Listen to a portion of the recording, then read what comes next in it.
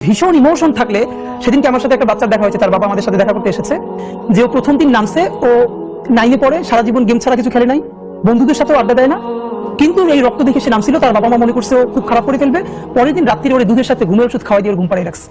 পরের দিন কি হয়েছে আপনি অবাক হবেন, এই বাচ্চা সে ঘুম থেকে উঠে থেকে বিকেল হয়েছে এবং তাকে মিছিলে যাইতে দেয় নাই।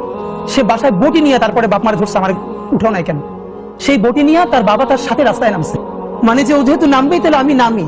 এগুলো কি প্র্যাকটিক্যাল ছিল? ঢাকা বিশ্ববিদ্যালয়ের মসজিদ থেকে নামাজ পড়ে বেরোচ্ছে, টিআরটি ওয়ার্ল্ড একটা ছেলেকে ইন্টারভিউ করবে জুলাইয়ের আহত, তো আমাকে দেখে ওরা কথা বলতেছে, তখন ছেলেটা শুনতেছে যে আমি এসছি।